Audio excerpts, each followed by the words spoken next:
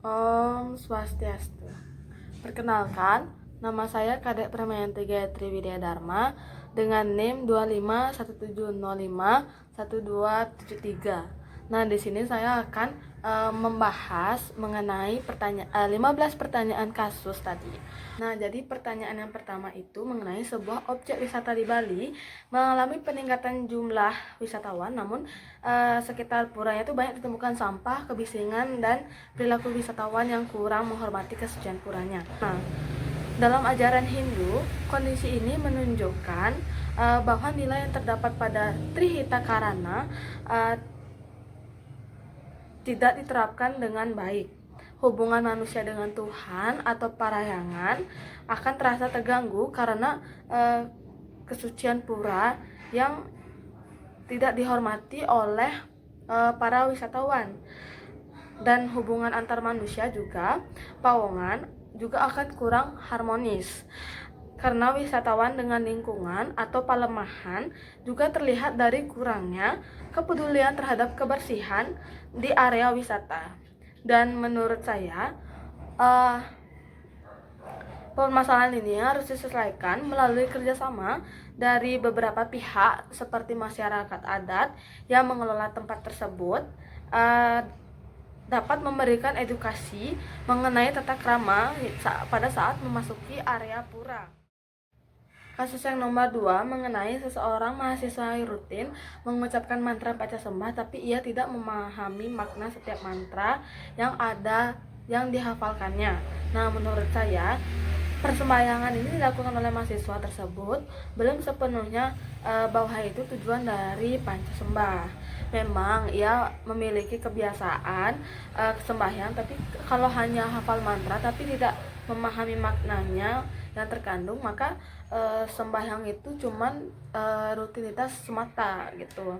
Padahal dalam ajaran Hindu yang dinilai itu bukan hanya ucapan saja, tapi juga tentang ketulusan hati pada saat bersembahyang untuk memuja ide Sang Hyang Widiwasa. Dengan memahami makna itulah penting daripada lancar dalam mengucapkannya. Pada kasus yang ketiga mengenai dalam sebuah keluarga, orang tua selalu mengajak anak melakukan persembahyangan bersama, namun anak lebih bermain gawai selama bersembahyang berlangsung. Berdasarkan konsep Trihita Karana, hubungan dengan Tuhan atau parahyangan akan belum terbangun baik karena belum memahami dan merasakan makna persembahyangan. Dan hubungan dengan keluarga atau pawongan juga perlu diperkuat dengan komunikasi yang baik, bukan hanya semata-mata menyuruh anak bersembahyang. Orang tua juga seharusnya memberikan contoh dan penjelasan makna apa yang didapatkan jika bersembahyang dengan baik dan bahasa yang dijelaskan oleh anak itu mudah dipahami. Kasus yang keempat, di sebuah perguruan tinggi, mahasiswa dari berbagai agama bekerja sama dalam menyelenggarakan kegiatan bakti sosial, namun muncul kelompok yang menolak bekerja sama karena perbedaan keyakinan. Dalam ajaran Hindu, terdapat konsep Vasudhaiva Kutumbakam yang berarti seluruh umat manusia adalah satu keluarga. Ajaran ini mengajarkan bahwa setiap orang itu harus dihormati walaupun memiliki perbedaan. Bekerja sama dalam kegiatan sosial bukan berarti menyatukan ajaran agama, melainkan mewujudkan rasa peduli terhadap sesama sebagai wujud dari pelaksanaan dharma. Menurut saya, solusi yang dapat dibangun adalah komunikasi yang baik dan menanamkan sikap saling menghargai di lingkungan kampus. Kasus yang kelima, seorang aparatur sipil menolak memberikan pelayanan kepada masyarakat tertentu karena perbedaan konsep dharma. Setiap aparatur itu memiliki tanggung jawab yang seharusnya menjalankan tugasnya dengan jujur, adil, dan mengutamakan kepentingan masyarakat. Sikap tersebut juga akan sejalan dengan nilai-nilai terkandung dalam Pancasila, khususnya pada sila pertama yang berisikan nilai mengenai nilai hormat menghormati kebebasan beragama, dan sila kelima yang menekankan bahwa keadilan sosial bagi seluruh rakyat Indonesia. Ajaran Hindu juga mengajarkan bahwa setiap manusia itu memiliki kedudukan yang sama, sehingga tidak boleh diperlakukan secara berbeda hanya karena agamanya yang berbeda. Kasus yang keenam mengenai di media sosial beredar unggahan yang menghina simbol agama tertentu sehingga memicu konflik di masyarakat. Dalam ajaran Hindu, sikap ini perlu disikapi karena berpegangan dengan nilai pluralisme dan dharma. Umat Hindu diajarkan untuk menghormati dan menghargai perbedaan. Selain itu, etika di bermedia sosial juga harus diterapkan dengan berpikir sebelum membagikan suatu informasi yang seharusnya tidak dibagikan. Kasus yang ketujuh mengenai sebuah panti asuhan Hindu menerima bantuan dalam jumlah besar, namun sebagian bantuan tidak disalurkan kepada anak-anak, malahan digunakan untuk kepentingan pribadi pengurus. Jika dikaitkan dengan Trikaya Parisuda, tindakan tersebut bertentangan dengan 3 dasar perilaku yang baik, yaitu berpikir baik atau manacike, berkata baik yaitu wacike atau berbuat baik atau kayike. Pengurus seharusnya memiliki niat yang tulus dalam melayani, bersikap jujur, dan menggunakan seluruh bantuan sesuai dengan tujuannya. Dalam pelayanan Hindu, membantu sesama merupakan bentuk pengabdian yang harus dilakukan tanpa mencari keuntungan pribadi. Kasus yang ke-8 mengenai mahasiswa melaksanakan kegiatan pengabdian masyarakat di panti asuhan Hindu hanya untuk memperoleh nilai mata kuliah tanpa menunjukkan kepedulian terhadap anak-anak. Konsep karma marga mengajarkan bahwa setiap pekerjaan itu hendaknya dilakukan dengan ikhlas sebagai bentuk pengabdian kepada ide Sang Yang Widiwasa. Membantu orang lain seharusnya lahir dari rasa peduli, bukan semata-mata hanya tuntutan akademik. Menurut saya, mahasiswa juga perlu menanamkan rasa empatik ketika berinteraksi dengan anak-anak agar kegiatan pengabdian ini benar-benar memberikan manfaat bagi kedua belah pihak. Kasus yang ke-9 mengenai sebuah panti asuhan menghadapi keterbatasan dana untuk kebutuhan pendidikan anak-anak asuh. Penyelesaiannya tidak bisa hanya mengandalkan pengurus panti, tetapi juga memerlukan keterlibatan masyarakat. Dalam ajaran Hindu, terdapat nilai dana punya, yaitu memberikan bantuan yang dengan tulus tanpa mengharapkan balasan. Semangat ini juga dapat diwujudkan melalui gotong royong dan rasa tanggung jawab sosial.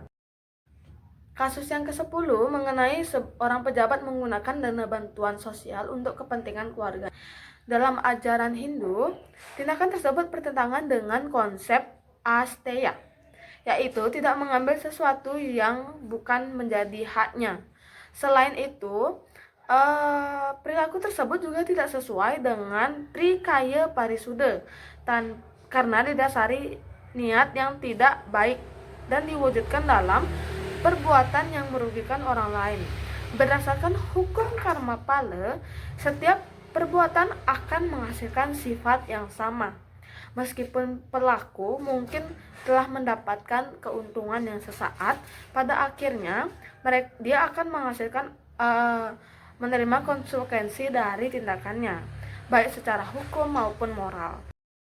Kasus yang ke-11 itu mengenai seorang pegawai menerima hadiah dari rekanan setelah memenangkan tender pemerintah. Dalam ajaran Hindu, setiap orang memiliki dharma, yaitu kewajibannya dalam menjalankan tugas. Menolak hadiah tersebut atau melaporkannya sesuai dengan aturan yang berlaku. Dengan menjaga integritas, seseorang pegawai tidak hanya menaati peraturan negara, tapi juga menjalankan nilai dharma sesuai dengan ajaran Hindu. Nomor 12, kasus yang ke-12 itu mengenai di sebuah instansi praktik gratifikasi telah dianggap sebagai budaya yang bisa dilakukan. Dalam ajaran Hindu, perilaku tersebut bertentangan dengan nilai Trikaya Parisuda, khususnya berpikir berkata dan berbuat baik. Seseorang yang menjalankan dharma seharusnya mampu membedakan antara bentuk penghargaan yang wajar dan pemberian yang bertujuan mempengaruhi keputusan. Selain itu, hukum kamar pala juga mengajarkan bahwa setiap tindakan yang tidak jujur pada akhirnya akan membuat akibat bagi pelakunya. Kasus yang ke-13 itu mengenai sebuah yoga center lebih menonjolkan yoga tren, kebugaran, dan bisnis, sementara aspek spiritual hampir tidak pernah diajarkan. Dalam ajaran Hindu, yoga juga merupakan jalan untuk mencapai keseimbangan antara tubuh, pikiran, dan jiwa. Oleh karena itu, selain mengajarkan gerakan atau asana, yoga center juga sebaiknya mengenalkan latihan pernapasan, meditasi, atau nilai-nilai seperti disiplin, pengandalan diri, dan hidup selaras dengan dharma. Kasus yang ke-14, seseorang mahasiswa mengikuti latihan yoga secara rutin. Setelah beberapa bulan, ia menjadi lebih tenang, sabar, dan mampu mengendalikan emosinya. Hal itu sesuai dengan konsep Prajamarga, yaitu jalan mencapai pengendalian diri melalui latihan pikiran dan meditasi. Dalam ajaran Hindu, pikiran yang mampu mengendalikan kemarahan maupun keinginan yang berlebihan. Pada kasus yang terakhir, yang ke-15, pemerintah daerah berencana membangun sebuah yoga center yang difungsikan sebagai pusat edukasi, budaya, dan spiritual Hindu untuk masyarakat serta wisatawan. Menurut saya, jika yoga center akan dijadikan pusat edukasi budaya dan spiritual Hindu, program yang disusun tidak boleh hanya berfokus pada latihan yoga. Perlu juga ada perkenalan filosofi yoga, nilai-nilai Hindu, budaya Bali, serta pentingnya menjaga keharmonisan dengan Tuhan, sesama, dan alam. Dengan begitu, masyarakat juga mampu memahami makna yoga yang sebenarnya. Dengan demikian, tujuan pembangunan yoga center tidak hanya berdampak pada kesehatan, tetapi juga memperkuat karakter, budaya, dan kehidupan spiritual. Sekian presentasi dari saya. Saya ucapkan terima kasih. Om Santi Santi.